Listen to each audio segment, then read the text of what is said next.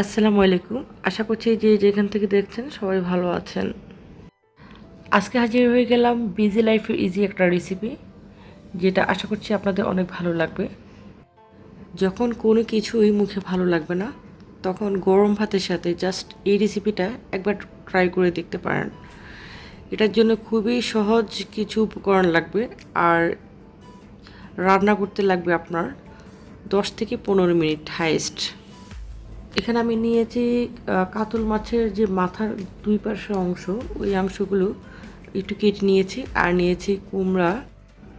আমি এভাবে স্লাইস করে নিয়েছি। আর লাগবে পেঁয়াজ কুচি আর কাঁচামরিচ মাঝখান থেকে কেটে নিয়েছি। এখানে আমি প্রায় 14-15টা কাঁচামরিচ কেটে নিয়েছি। এখানে আমি একটা কড়াই নিয়েছি, তারপর কড়াইতে আমি সবগুলো কুমড়া দিয়ে দিব। এই রান্নাটা কিন্তু খুবই সহজ আর খুবই কম সময় লাগে। যদি সব কিছু রেডি থাকে, আপনার 5 থেকে 7 মিনিট বা 10 মিনিটের মধ্যে রান্না করে ফেলতে পারবেন। কুমড়ো দিয়ে তারপর আমি দিয়ে দিয়েছি কাঁচামরিচ, তারপরে দিব পেঁয়াজ কুচি। তারপর আমি এখানে দিয়ে দিয়েছি 1 চামচ রসুন পেস্ট, 1 চামচ জিরা পাউডার, আর দিব 1 চামচ ধনিয়া পাউডার। তারপরে দিয়ে দিব লবণ, 1 চামচ থেকে একটু কম লবণ, তো লবণের পরিমাণটা একটু বুঝে শুনে দিতে হবে। তারপরে দিয়ে দিব 1 চামচ হলুদ। তারপর এখানে আমি দিয়ে দিব মাথার যে অংশটা আমি নিয়েছি ওইটা দিয়ে দিব। তারপর আমি এখানে দিয়ে দিব রান্নার তেল পরিমাপ অনুযায়ী। তো আপনারা কুমড়ো কতটুকু দিবেন ওই অনুযায়ী তেলটা অ্যাড করতে পারেন। এখন এগুলোকে হাত দিয়ে ভালো করে মিক্সড করে নিব।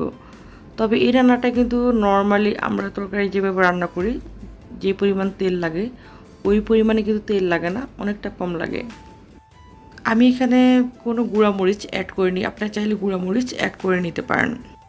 এই রান্নাটা সবচেয়ে বেশি টেস্ট হয়, কুমড়াটা একটু মিষ্টি মিষ্টি হয়ে থাকে, যেহেতু একটু কাঁচামরিচ আর পেঁয়াজটা একটু বেশি পরিমাণে দেওয়ার চেষ্টা করবেন, এতে করে এটা টেস্টটা খুবই ভালো আসে। এখন এটাকে ভালো করে হাত দিয়ে মিক্সড করে নিতে হবে। নিয়ে আমি দিয়ে দিব পানি। এখন এটাকে আমার মিক্সড করা শেষ। তারপর আমি এখানে দিয়ে দিব পানি। এখানে দেখুন পানির পরিমাণটা কিন্তু আমি খুবই কম দিয়েছি, জাস্ট হাত ছোঁয়া পানি। হাতটা ধুয়ে তারপর পানিটা দিয়ে দিয়েছি, খুবই সামান্য পানি, ছোঁয়া ছোঁয়া পানি থাকবে। কুমড়োটা সিদ্ধ হতে কিন্তু সময় বেশি লাগে না, তাই পানির পরিমাণটা খুবই কম দিব। দিয়ে চুলাটাকে একদম ফার্স্টে হাইট করে রেখে তারপর এটাকে একদম লো করে দিতে হবে চুলাটাকে। তো এটা একদম লাস্টের দিকে চুলাটাকে একদম লো হিটে রেখে দিবেন, জাস্ট 5 থেকে 7 মিনিটের মতো। এতে করে এটার টেস্টটা খুবই ভালো আসবে। আর চেষ্টা করবেন একটু হালকা হালকা পোড়া লাগানো। যদি হালকা হালকা পোড়া লাগে তাহলে কিন্তু এটার গ্রানটা খুব সুন্দর বের হয়, আর এটা খেতেও অসাধারণ লাগে। আমি এটা সিলভার কড়াইতে কুক করেছি, কারণ এই রান্নাটা যদি হালকা হালকা নিচে একটু পোড়া পোড়া লাগে তাহলে কিন্তু এটা খেতে অসাধারণ লাগে। এখন আমার রান্নাটা প্রায় শেষ পর্যায়ে দেখে এখন আমি দিয়ে দিব কয়েকটা কাঁচামরিচ, তারপরে দিয়ে দিব ধনেপাতা কুচি। আমি এই রান্নাটা করেছি কাতল মাছের মাথার অংশ দিয়ে, আপনারা চাইলে এটা ইলিশ মাছ দিয়ে করতে পারেন।